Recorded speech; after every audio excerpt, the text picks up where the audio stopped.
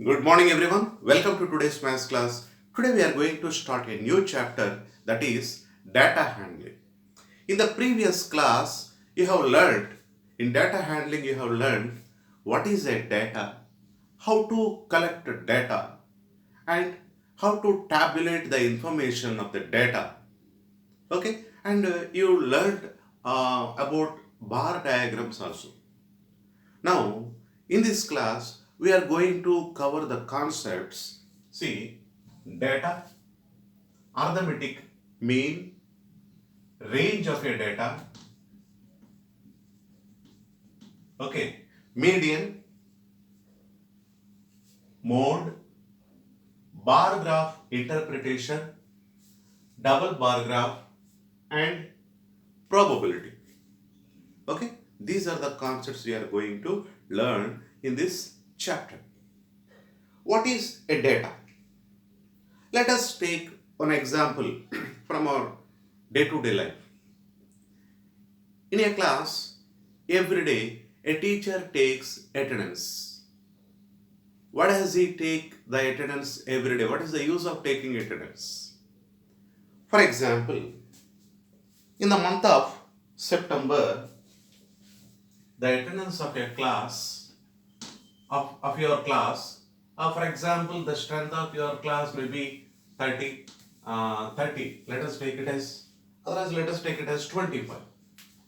25 is your class strength.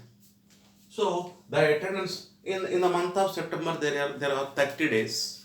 Let us assume that there are 22 working days or 24, like that. You can take any number of working days. So let us take the number of working days in the month of September is 22.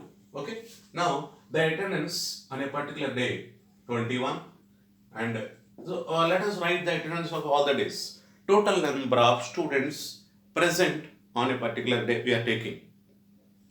Okay, on the first day there are 21 students, 24, 23, 19, 21, 18, 24, 20, 24, 23, 19, 21, 23, 24, 23, 19. So let us write here 18, 20, 19, 21, 23, 24 and 19. Okay, now 1, 2, 3, 4, 5, 6, 7, 8, 9, 10, 11, 12, 13, 14, 15, 16, 17, 18, 19, 20, 21, 22, 23. Okay, let us consider the number of working days is 23. So we have taken 23 out of 30 days. Okay, number of students 25. Okay, now any number of days, no problem. So here on the first day there are 21 students, second day 24, third day 23, fourth day 19. Means on the fourth day there are 6 members, 6 members absent. There are 6 absentees. Like that, this is the information. This is the information of the number of students present in the month of September. Okay, so if the data is like this, can we say how many students absent regularly?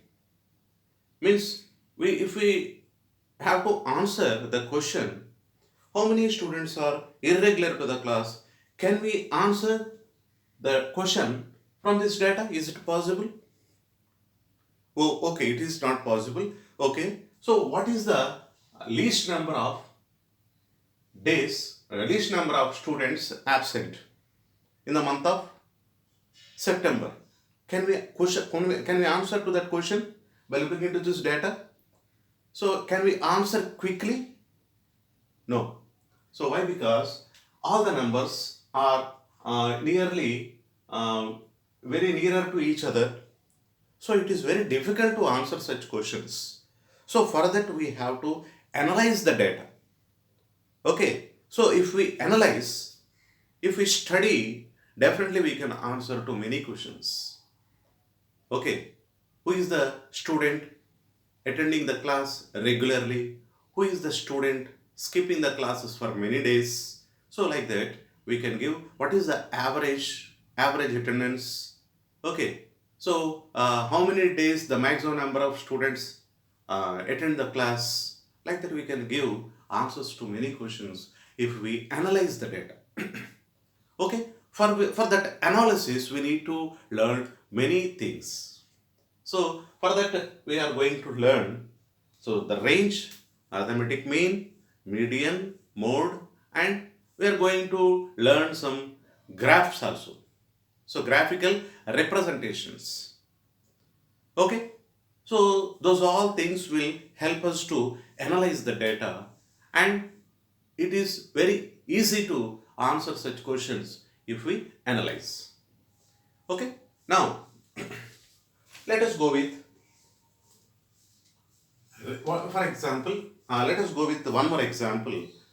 Uh, in a cricket, there are 11 players, a team of, for example, let us take an Indian cricket team.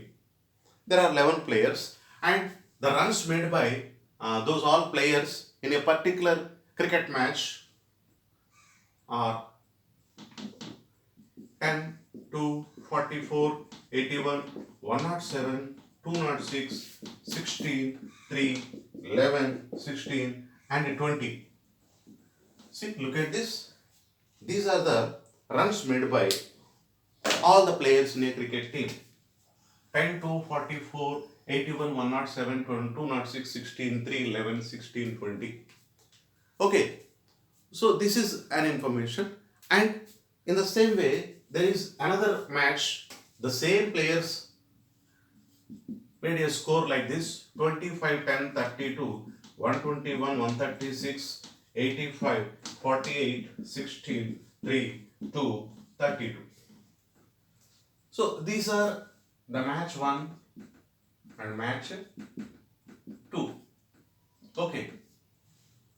For example, if you want to know which cricket player has been improved when we compare with the first match, okay, and which player didn't score well when we compare with the first match, or who is the best player in the first match, who is the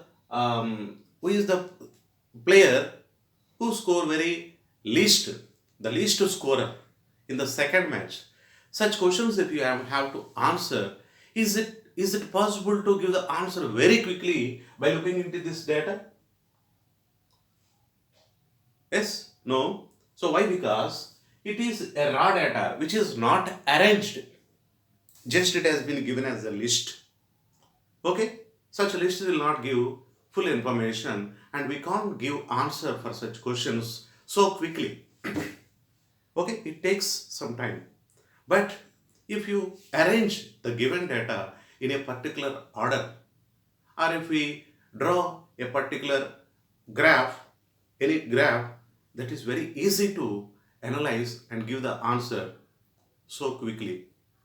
So the arrangement of data or different graphs of your data will help us to analyze the data so quickly and to know the information from the data so quickly. Okay, now the same information has been given like this as a tabular form. Now we can compare very easily. See, so the first player MVJ, he made only 10 runs in the first match and 25 in the second match. He has been improved. So like this, who is the best scorer in the first match? 206, that is MS Dhoni. And in the second match, who is the best scorer? So Virat Kohli. He made 136 runs.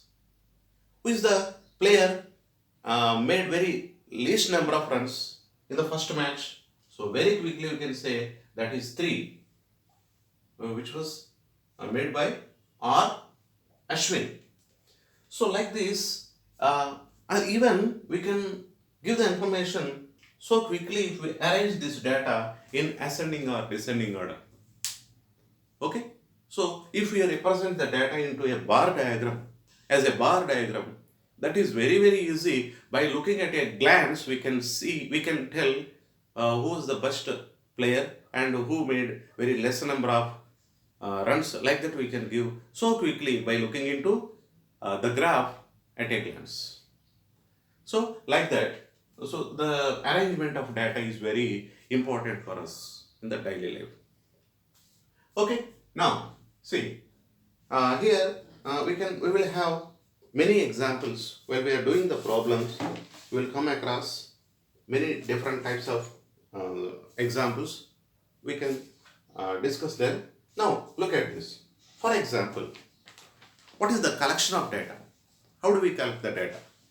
So generally, if you want to know the performance of students in a particular exam, for example, a mathematics test was conducted for 20 marks. Okay, there are 10 students. The performance of the students has been given like this.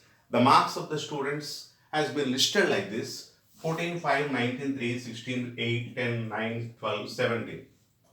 These are the marks obtained by 10 students in a mathematics test which was conducted for 20 marks. Okay, now this is called a raw data which was not arranged in any way. So just it has been given as a list. Okay, so this data has to be arranged, then it will be very easy to analyze and give different answers, to give answers for different questions. Okay, now let us take the maximum marks of the student from this data. What is the maximum marks?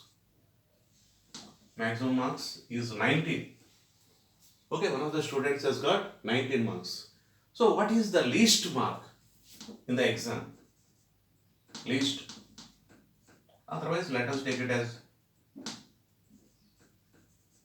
how many? 3 marks. So 19 is the maximum score and 3 is the minimum score of the particular test exam. So now what is the difference? 19 minus 3 is equal to 16. That 16 is called the range of the data. So if you want to know the range of the data, you need to take the maximum and minimum values of the data, and we have to take the difference of the data. That is called the range of a data. So now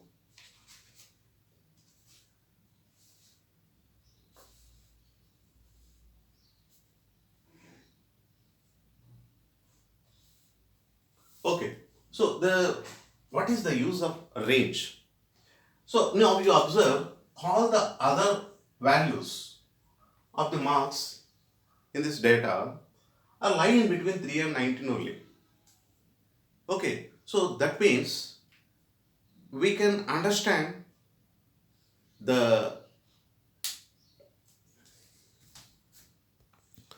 sorry for the interruption. So by range we can understand how the observations spread in the given data. Okay, so by this we can understand that all the observations are nearer to 16. They are spread over from 3 to 19. Okay, by understanding by looking into the range, we can say how the values or the observations spread in the given data. Okay. Okay, so this is just the introduction for this chapter, and it is not necessary to prepare any notes for this class. Okay, in the next class we will learn some more points. They are mean, median, mode, and interpretation of bar graph and probability. Those are all things just we revise, just we have the introduction, and let us start the problems also. Okay, so let us continue in the next class. Thank you. Have a nice day.